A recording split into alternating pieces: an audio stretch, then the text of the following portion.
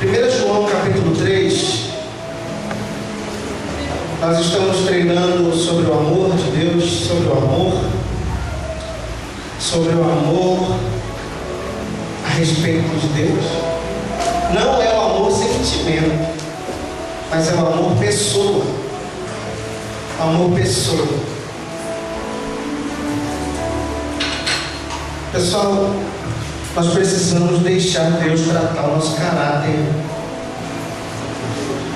Nós precisamos assumir isso. Deus é capaz de tratar o nosso caráter. Nós não podemos nos mascarar com a graça. A graça não é maquiagem. A lei era maquiagem. A graça é cara limpa. E o amor de Deus é a revelação do favor de Deus para todos os que acreditam nisso. Amém, pessoal? Não tem como a gente viver de outra maneira que não seja viver pela palavra de Deus. Hoje eu escrevi algo assim: crentes que não vivem pela palavra enchem o saco. E teve gente que se ofendeu. Exatamente. É exatamente isso. Os crentes que não vivem pela palavra, eles vivem ofendidos, eles vivem magoados, eles vivem aborrecidos, eles vivem achando que ninguém gosta deles, eles vivem achando que eles são os culpados, eles vivem achando que eles não vão conseguir, eles vivem achando que eles vão cair, eles vivem achando que o diabo é mais forte, eles vivem achando, e aí eles enchem a paciência de quem quer viver pela palavra. Então, irmãos, deixa a palavra tratar você e deixa Deus tratar você com o amor dele. Amém. Quem pode dizer amém? Amém. 1 João capítulo 3, primeira carta.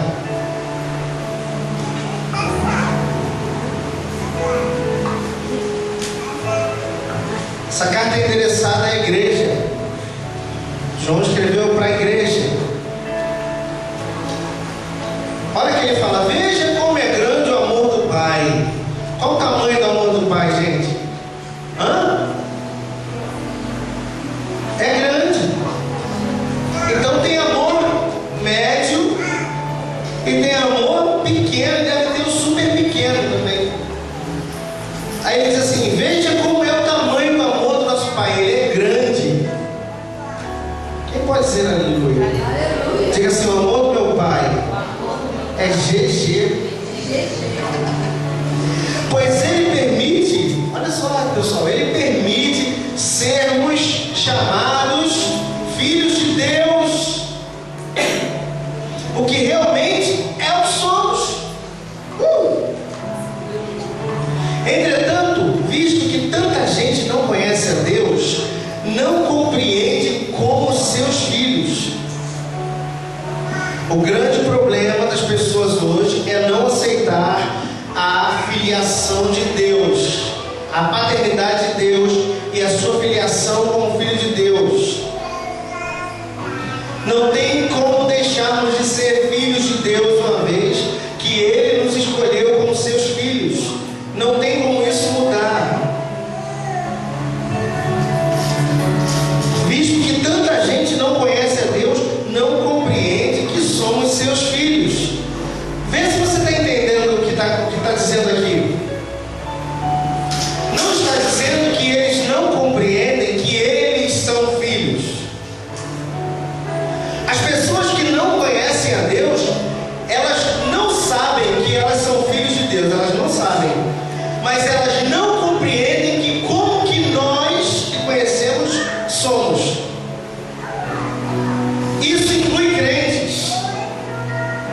Tem muitos crentes que não compreendem porque que nós somos filhos. Não compreendem que eles são e não aceitam que os que compreendem, compreendam. Quem está entendendo o que eu disse? É quase um enigma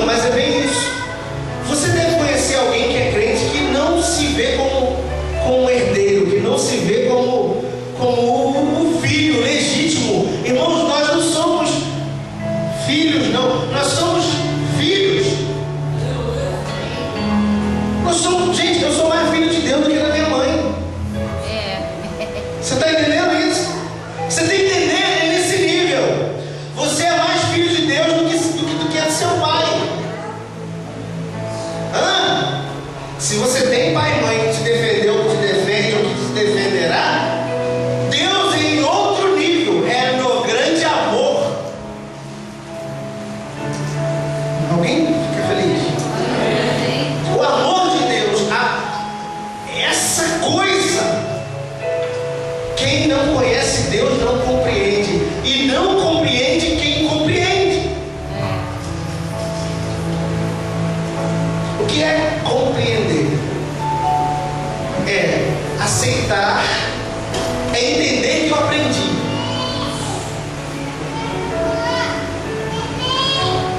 Eu entendo, mas não compreendo. Eu entendo, mas não aprendi. Algumas pessoas não aceitam o amor de Deus como Pai. Elas aceitam Deus. Elas entendem que Deus é grande pra caramba, lá longe, não perto. Sim, queridos amigos, nós já somos filhos de Deus e não podemos nem imaginar como vai ser mais tarde. Você consegue imaginar? Você consegue imaginar como vai ser esse encontro? Meu Deus do céu, dá até aquele negócio, né? E às vezes eu me pego nisso e me dá um negócio forte. Irmãos, é tão alto que se nós começássemos a pensar nisso mais, acho que a gente ia chegar lá mais rápido. Mas sabemos que quando Ele vier, seremos semelhantes a Ele, pois o veremos como Ele é de verdade, como Ele é plenamente, como Ele é da sua real forma. Olha o que João está falando aqui. Nós não sabemos de fato como que Ele é, mas nós sabemos que Ele vem. E quando Ele vier, nós saberemos, só sabemos que somos semelhantes. Mas João não sabia disso, talvez, mas nós já sabemos que nós já saímos do nível de parecido, né, gente? Nós já estamos no nível de igual a Cristo, herdeiro e herdeiro igual, com a mesma herança, com o mesmo poder, com a mesma autoridade, só não com a divindade, mas com a mesma força, com a mesma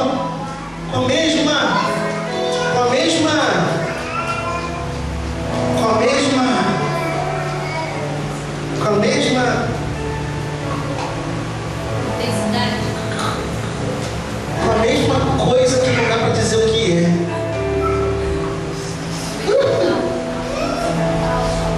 Mas seremos semelhantes a Ele e o veremos como Ele realmente é. E todo aquele que verdadeiramente acredita nisso procurará permanecer puro, porque Ele é puro.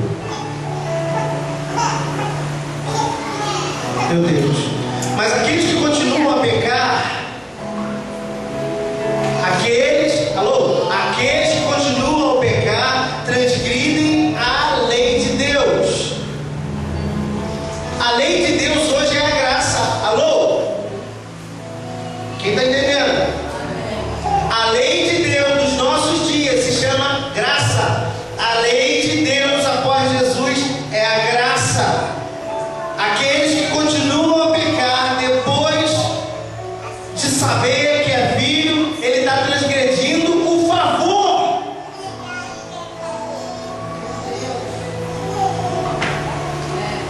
Eu estou transgredindo o favor de Deus. Eu estou sujando o favor de Deus, o amor de Deus. Eu estou estragando aquilo que é meu, irmãos. Você já parou para pensar isso? A lei de Deus é a graça agora. Porque a lei de Deus foi abolida. Não, ela foi cumprida e agora ela está num nível maior. A graça é maior do que a lei. O amor de Deus é maior do que a desgraça. O amor de Deus é maior do que a consequência do pecado. E aquele que não se mantém puro, ele está provocando a transgressão desse amor. Ele está se afastando desse amor. Ele está se corrompendo desse amor. Ele está comprando um passaporte para o inferno. Meu Deus. A graça não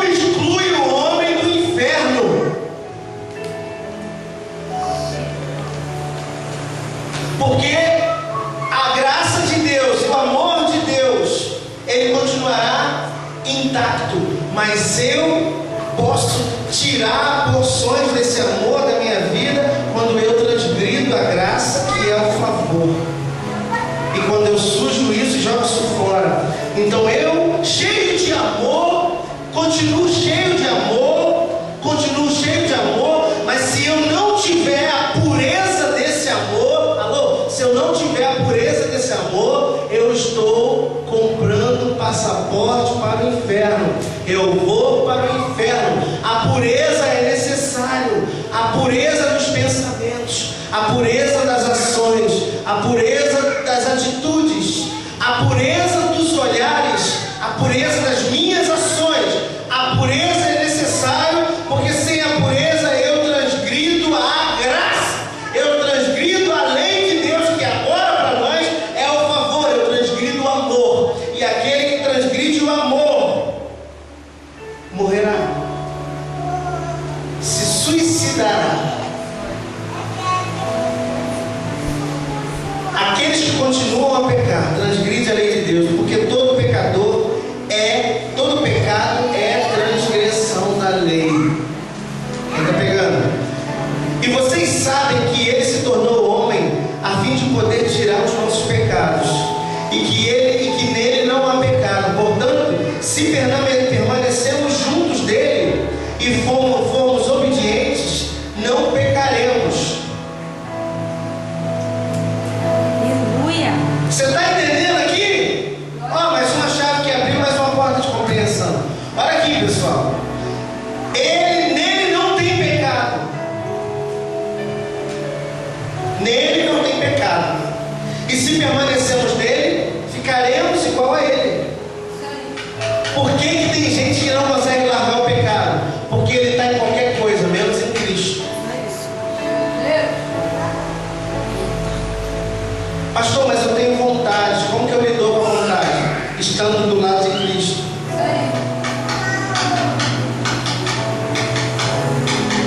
Eu e Cristo é uma coisa só. Aleluia. Onde o seu coração deseja.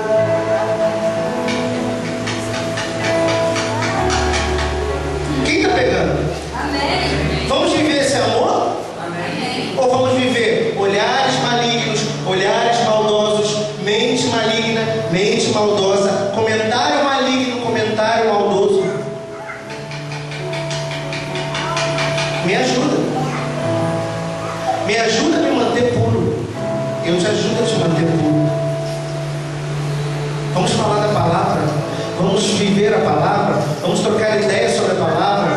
Vamos pegar os acontecimentos que estão na nossa vida e pôr a luz da palavra. Irmãos, quer resolver algum problema? Resolva a luz da palavra, não resolva a luz dos teus pensamentos. Porque os teus pensamentos não são os pensamentos de Deus, não resolve nada. Os teus pensamentos só pioram as situações. Pega a palavra, pega o problema, pega a situação e observa o que a palavra diz sobre isso e traga isso à luz dessa palavra. E quando você trouxer isso à luz dessa palavra, quem poderá ir contra você? Os teus argumentos não solucionam coisas, mas os argumentos de Deus solucionam coisas e eliminam outras coisas. Se nós formos resolver com as nossas forças, vamos perder. Mas se nós levarmos a luz da palavra, já deu tudo certo. Se estivermos juntos de Cristo, quem está entendendo isso aí? Eu estava falando ontem com o pastor Carlos aqui, ó. A relação de Jesus com o pecado era sempre assim: larga isso, deixa isso. Quantas vezes ele falou isso? Sempre ele falou isso. Ele falou isso para a mulher, para Madalena. Iam apedrejar ela por conta do que ela fez. Aí o que ele fez? Quem não fez igual a ela, mata ela. Porque quem matá-la fazendo o que ela faz é digno de morte. Irmão, a minha relação com o pecador hoje, eu digo pecador, que é essa pessoa que no início do capítulo, aqueles que não compreendem. A minha relação com o pecador, eu estava falando, acho que o pastor Carlos, não sei, eu estava falando, irmãos, não dá mais para eu viver resolvendo coisas, colocando pessoas no banco,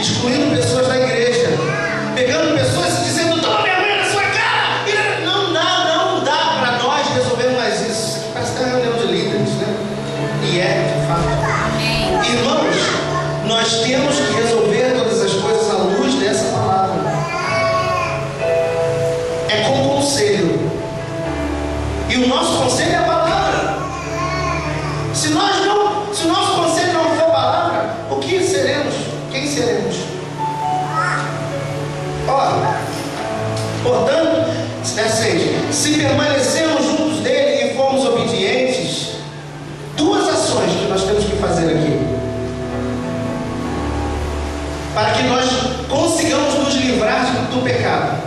Aqui, ó, você que quer se livrar do pecado, pega isso aí. Duas ações. Uma, permaneça em Cristo. Outra, obedeça a Cristo.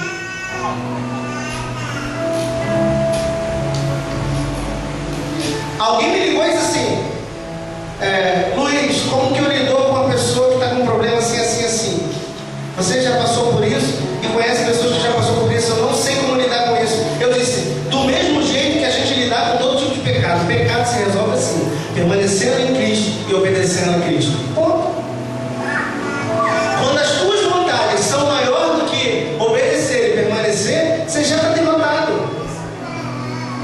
Permanecer e obedecer tem que ser maior do que a vontade que eu tenho de não permanecer e de não obedecer. Quando eu não obedeço e não permaneço, é o único significado. Eu ainda não cheguei em Cristo. Eu estou tentando, mas eu não cheguei nele. Porque se eu cheguei nele, eu cheguei na pureza. E quando eu cheguei na pureza, eu vou viver o sinônimo.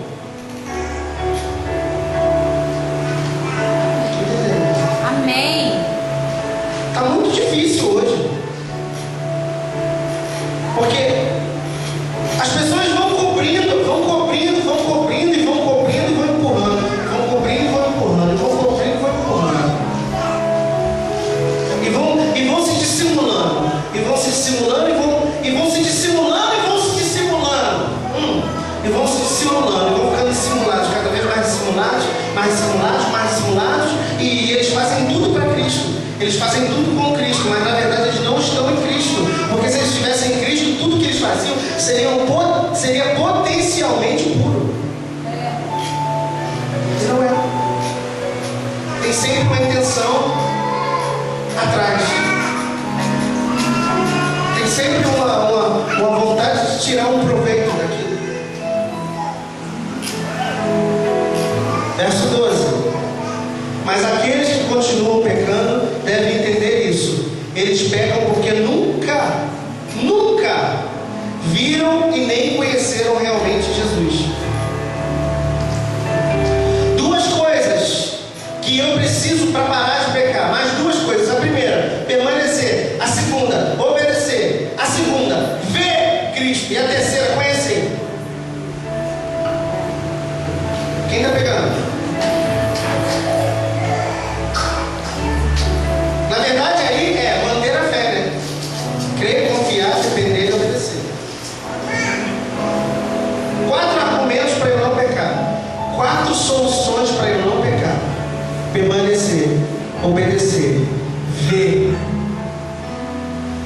e conhecer.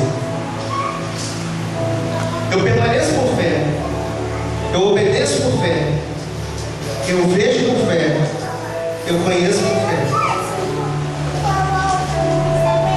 E aí João diz assim: meus filhinhos, não deixem que ninguém engane vocês. Você ouviu isso aí? Acerca disso, se vocês estão constantemente fazendo o que é justo, porque vocês são justos, assim como ele é justo. Mas se vocês continuarem pecando, isso demonstra que vocês são do diabo.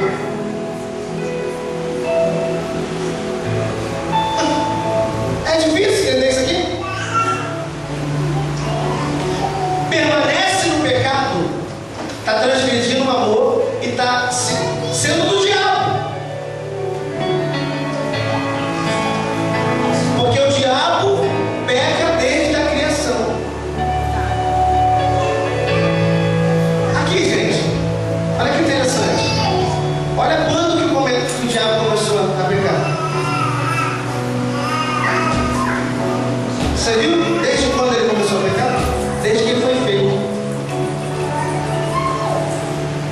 Ele peca desde o sempre. Então quem peca, peca com ele. Pessoal, toda vez que você peca, o diabo peca junto com você. Ninguém peca sozinho. Olha aqui que chave que abre outra porta de entendimento. Toda vez que nós pecamos, nós fomos induzidos pelo pecador. Nós fomos conduzidos, nós paramos de perseverar, nós paramos de obedecer, nós paramos de olhar, nós paramos de conhecer. nós paramos. E aí, nos tornamos dele, porque ele é o dono desse negócio. Quem está pegando, gente? Não peca. Não peca. Não peca. Quando ele vier te seduzir com o pecado, não peca. Não ceda. Quando ele vier te seduzir, não deixe ele enganar você com a graça. Não deixe ele enganar você com a graça. Porque a graça agora é a nova lei.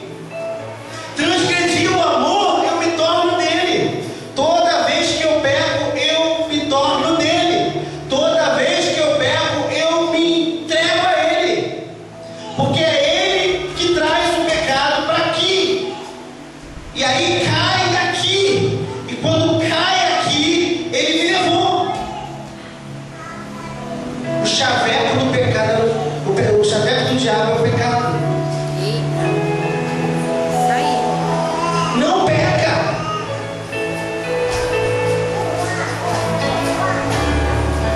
Irmão, vamos fazer uma campanha.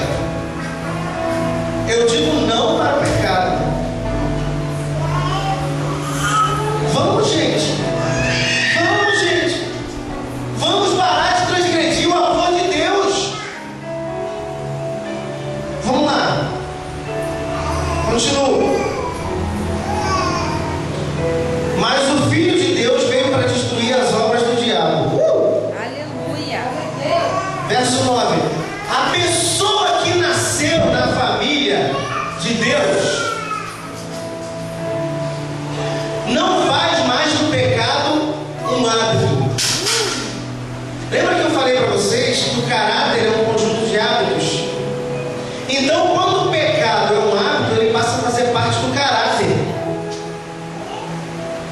E quando começa a fazer parte do caráter, já possuiu o indivíduo. Já possuiu, já é filho do diabo. Porque agora a vida de Deus está nele e, portanto, ela não pode continuar pecando, pois essa vida nova nasceu dentro dele, dela, e a domina. Ela nasceu de Deus, essa pessoa. Assim, agora podemos saber quem são os filhos de Deus e quem são os filhos do diabo. Todo aquele que não faz o que é certo, não ama seu irmão, mostra que não é filho de Deus. Porque a mensagem enviada a nós desde o princípio é que devemos amar uns aos outros. Você tem problema com alguém? Tem problema com alguém? Se tem, resolve. Operação eliminando o diabo da minha vida. Quem apoia?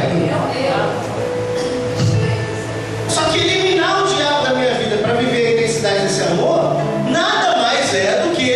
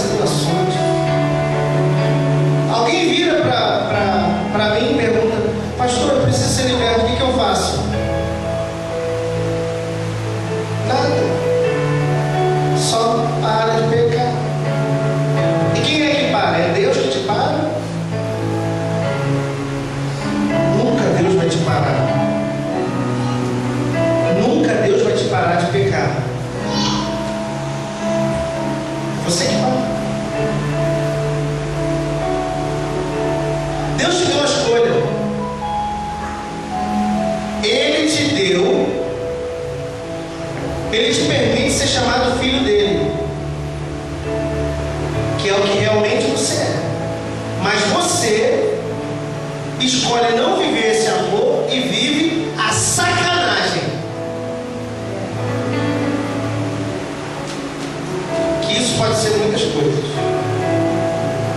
Você quer levar a vida de qualquer jeito. Você quer levar a vida como não fosse crente. Alô, acorda aí que você é. Ele te deu o poder de ser chamado filho dele. Agora, se chame pelo nome dele. Pare de vacilar. Pare de dar mole. Pare de se expor. Pare de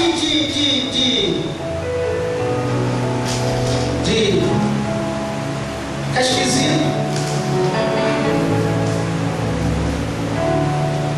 Ô, gente, quando eu estou falando de pecado, eu não estou falando dos escandalosos, não. Eu estou falando daqueles silenciosos. Porque os escandalosos já vai logo pro ventilador e suja tudo. Mas os silenciosos, que vai ficar ali até te levar para o inferno. Omissão, coisas que são quase verdades, que é quase não é, né, gente? Eu sou quase um adorador, não é? Eu sou quase um dizimista, não é? Eu sou quase não é? Quem é?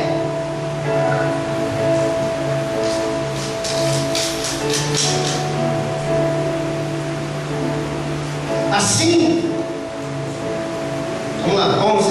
Porque a mensagem enviada a nós desde o princípio é que devemos amar uns aos outros. 12. Não devemos ser como Caim, que era maligno e matou seu irmão. Por que ele matou? Porque Caim estava praticando o mal e sabia que seu irmão praticava o bem. Você está entendendo? Por que Caim matou o irmão? Porque o irmão era bom.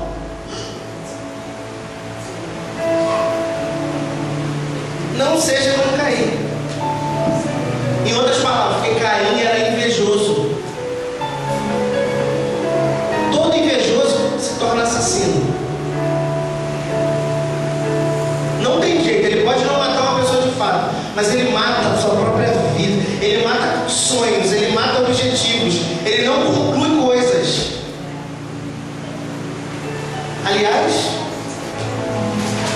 todo filho do diabo não conclui obras, porque se ele concluir obras, ele se assemelha a Deus. Ele não pode concluir obras, ele tem que paralisar obras. Você está entendendo? O diabo paralisa construções, o diabo paralisa objetivos. Deixa eu falar uma coisa para você.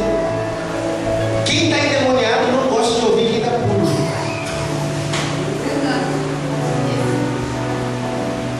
E vai se ofender e vai tentar virar o jogo dizendo a culpa é sua. Quem está pegando? Você está estragando. Você está fazendo.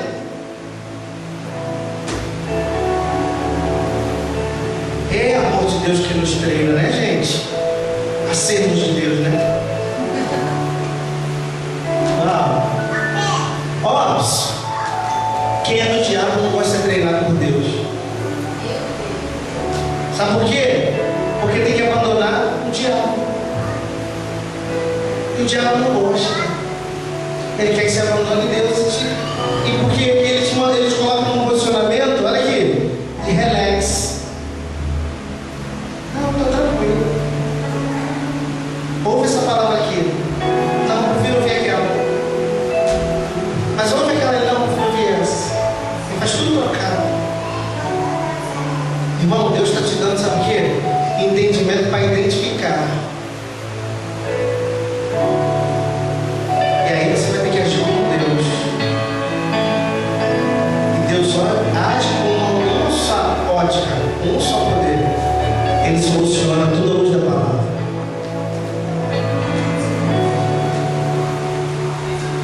Não na sua ira. Na sua ira já foi. Ele solucionava pela sua ira, agora ele soluciona pela palavra. Quem está pegando? Está pegando a dica aí, gente? Deus vai tratar lá na tua casa.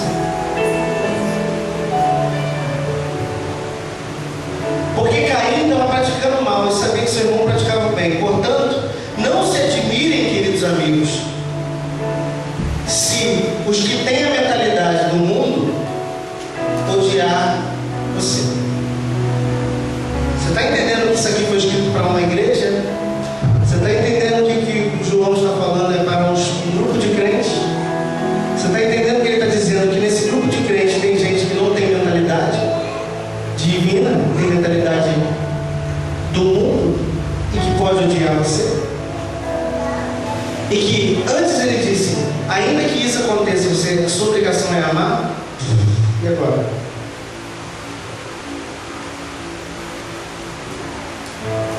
Se amarmos os cristãos, isso prova que passamos da morte para a vida. Mas uma pessoa não pode ter, mas uma pessoa que não tem amor pelos outros permanece na morte. Qualquer um que odeia seu irmão em Cristo já é, na realidade, um assassino.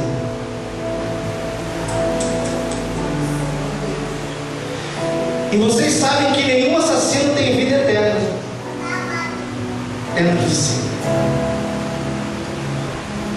Nós sabemos que o amor verdadeiro, pelo exemplo de Jesus Cristo, ao dar a sua vida por nós, é esse. E portanto, não devemos dar a nossa vida, nós devemos dar a nossa vida pelos nossos irmãos em Cristo. Mas se alguém que se considera seguidor de Cristo possuir o suficiente para viver bem e ver o seu irmão na necessidade e não ajudar, como é que o amor de Deus pode estar nele? Meu desespero é esse, pessoal. Filhinhos, deixemos de dizer apenas que amamos as pessoas. Vamos amá-las realmente e mostrar isso pelas nossas ações.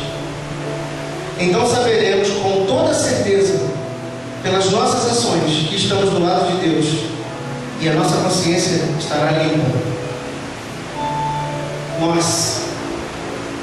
Mas se a nossa consciência estiver pesada e sentirmos que fizemos o mal, o Senhor é maior que a nossa consciência e sabe tudo quanto fizemos.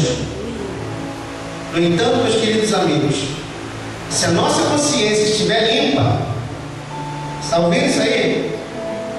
Podemos ir ao Senhor seguros e confiantes e receber tudo o que pedimos, porque estamos obedecendo a Ele e fazendo as coisas que lhe agradam.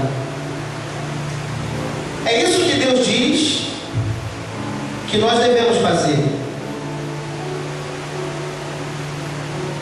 Crer no nome do seu Filho Jesus Cristo e amarmos uns aos outros como Ele nos mandou fazer. Aqueles que obedecem os seus mandamentos e estão vivendo em Deus e Deus neles, sabemos que isto é verdade porque o Espírito Santo que Ele nos deu confirma isso na gente. Esses dias eu vi uma pessoa passando muita dificuldade. E o que essa pessoa me pediu foi: me ajuda nos meus currículos. Achei isso máximo. Aí ela fez uma exposição: eu estou devendo isso. Mas eu não quero dinheiro, me ajuda, leva meus currículos. Me ajuda a espalhar meus currículos. Eu preciso trabalhar.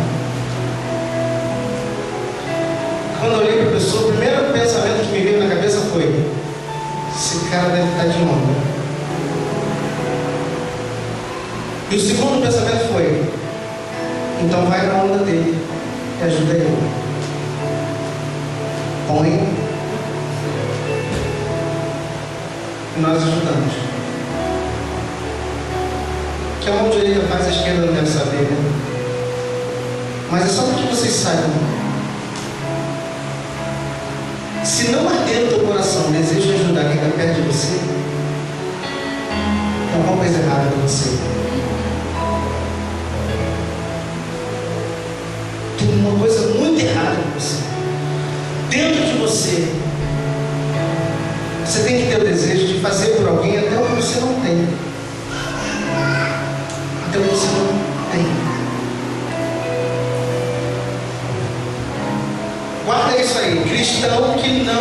ajuda o irmão, tem alguma coisa muito errada com ele. O que é teu tem que render. Está pegando? O que é teu tem que render. Dar é melhor do que receber. Ajudar é melhor do que ser ajudado. Agora olha a dinâmica dessa regra. Se dar é melhor do que receber, e eu pego isso para mim, e você pega isso para você, e cada um aqui pega isso para você, e assume isso, dar é melhor do que receber, eu vou estar sempre recebendo alguma coisa do grupo qual eu convivo. Você está entendendo? Se dar é melhor do que receber, e a igreja entende isso, eu vou estar sempre dando alguma coisa a alguém, eu vou estar sempre doando alguma coisa a alguém, mas eu vou estar sempre sendo doado de alguma coisa também, porque quem está ao meu redor é crente. Pega isso aí, essa dinâmica é linda. Nós olhamos para essa dinâmica pelo contexto errado. Dar é melhor do que receber, estou ferrado, estou frito. Jesus disse assim: você quer o reino dos céus? Então pega tudo que você tem e doa para os pobres. Essa regra não é para um. Vê se você alcança isso. Se eu pego tudo que eu tenho e dou para alguém, em algum momento eu vou estar numa ótica de ser esse alguém que recebe tudo de alguém. Ô gente, que dinâmica linda. Se eu não me apego a nada, eu terei sempre algo mais. Vamos mudar a cabeça, hein? Você sabia que o dízimo e a oferta é só um mínimo treinamento disso? Há um segredo divino no ajudar ao próximo.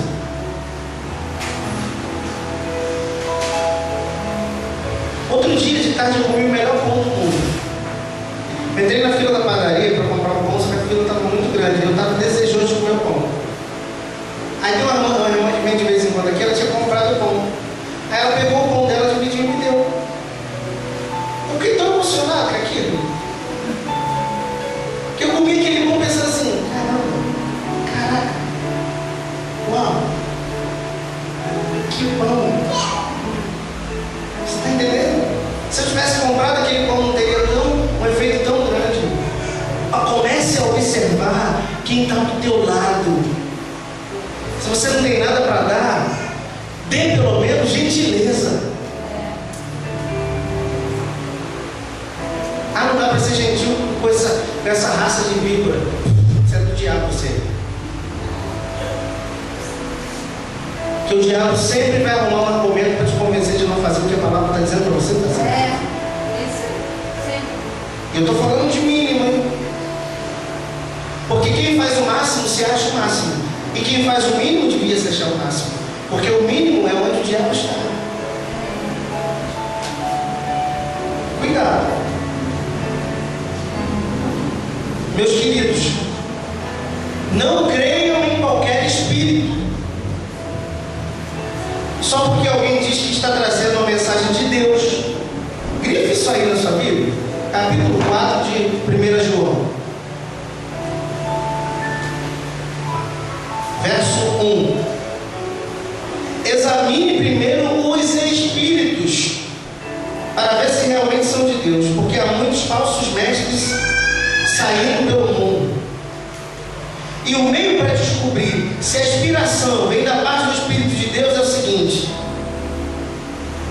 todo que confessa realmente que Jesus Cristo tornou-se verdadeiramente homem com um corpo humano vem de Deus.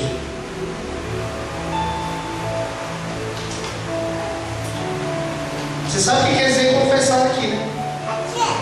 Assumir. Você está entendendo porque alguns não são de Deus? Não adianta dizer que Jesus Cristo existiu. Ele não só existiu, como ele foi Deus que se tornou homem. É isso aqui. Está cheio de seita por aí. Esses dias alguém me perguntou por que aquele pessoal das duas letras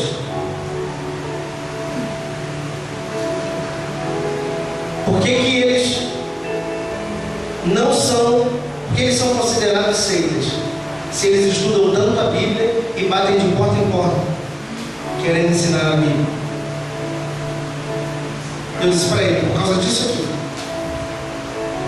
Porque eles acreditam que Jesus viveu, mas eles não assumem que Jesus é Deus, que virou homem, que virou Deus. Grite isso aí, gente, capítulo 4. Não acreditem em qualquer coisa que diz que é mensagem de Deus.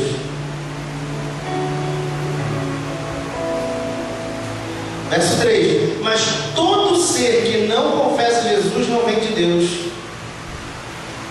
Ô, pessoal, quem aqui já recebeu aquele negócio assim? Assim diz o Senhor.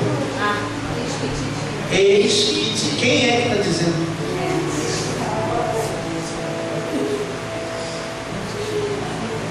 Quem é que está dizendo?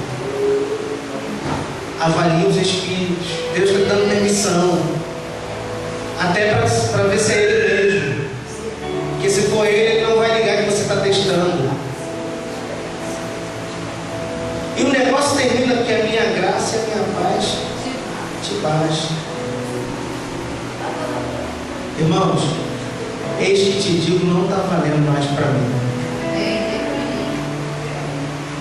Eu sei como é que Deus fala. E Deus, quando pega um, Ele arreia.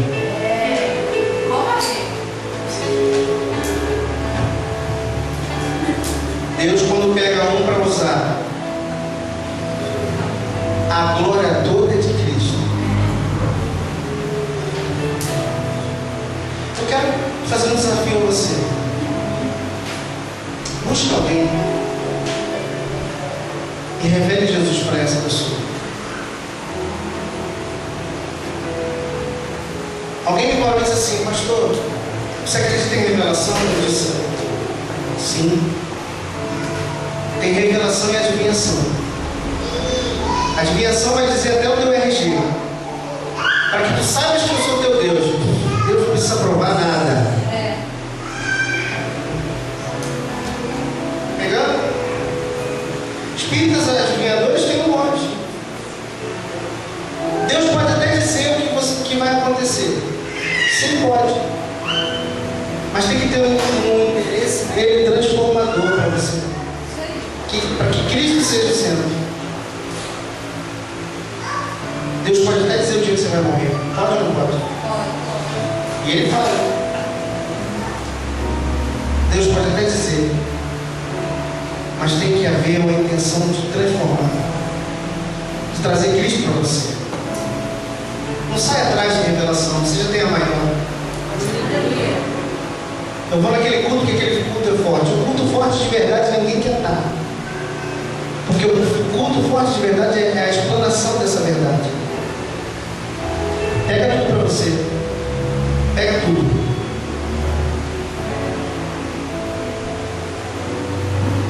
Vamos lá. Verso 4. Meus filhinhos, vocês são de Deus e já ganharam a luta contra aqueles que se opõem a Cristo. Porque aquele que está no coração de vocês é mais forte do que aquele que está no coração dos que estão no mundo. Traduzindo isso aqui mais ainda, aquele que está no espírito de vocês é mais forte do que aquele que está no espírito daquele que pega.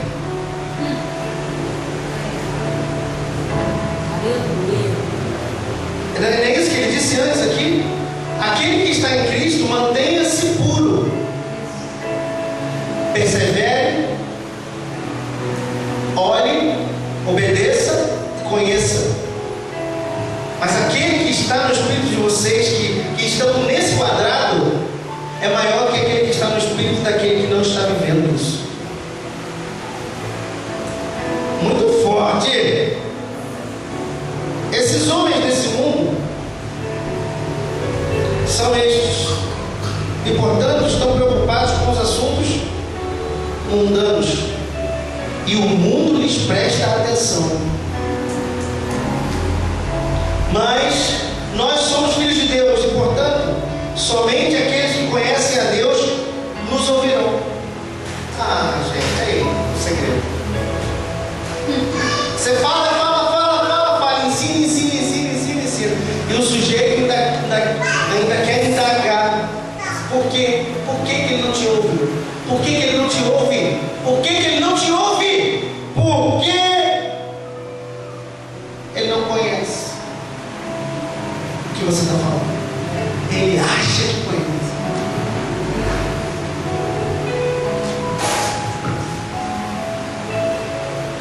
Aqueles que não vêm de Deus não os ouvem.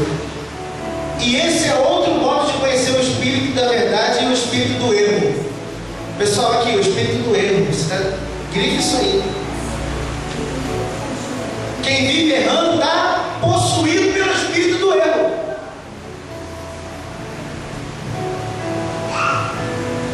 Meus queridos amigos, amemo-nos uns aos outros, pois o amor provém de Deus.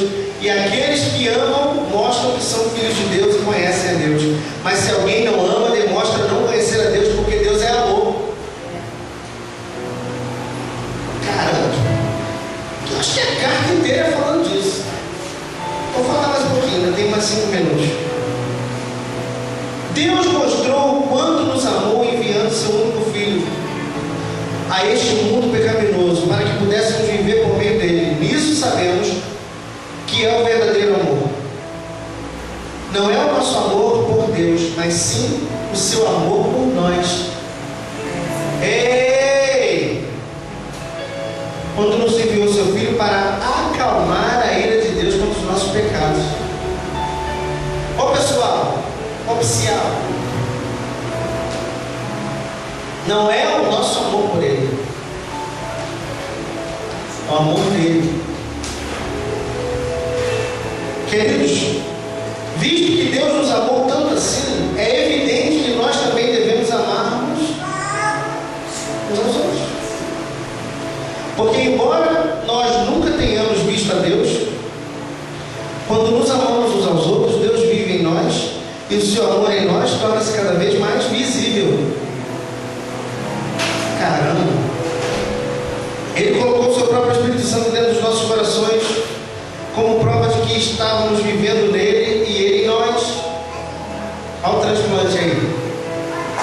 Além disso, nós vimos com os nossos próprios olhos e agora testemunhamos que Deus enviou o Salvador ao mundo, seu Filho. Qualquer um que confessar publicamente que Jesus é o Filho de Deus, tem Deus vivendo nele e está vivendo em Deus. Nós sabemos quanto Deus nos ama, porque já sentimos o seu amor e porque cremos nele quando ele nos diz que nos ama profundamente.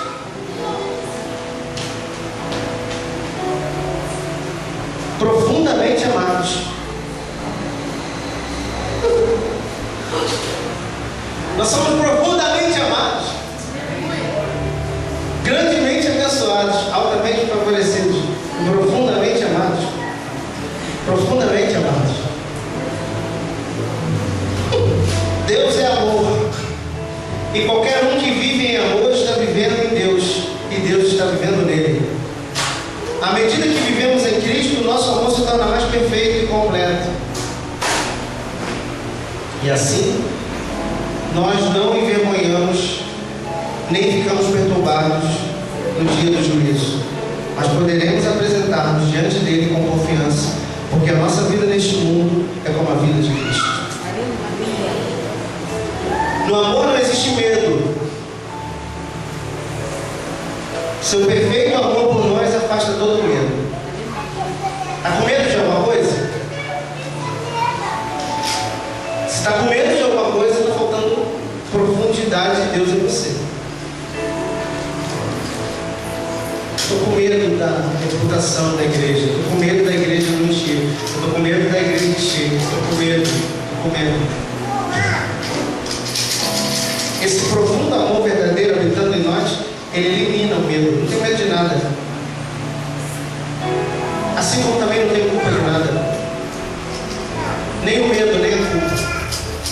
Nem o só.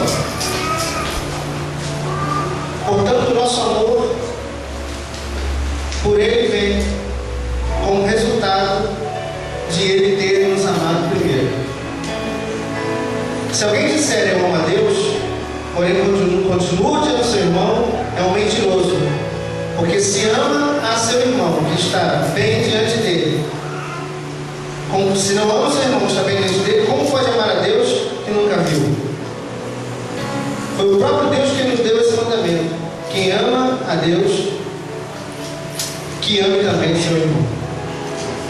Amém? O segredo de hoje. Primeiro, se eu quero parar de pecar, eu preciso praticar esse quadrado. Né? Perseverar, obedecer, olhar e conhecer. Permanecer.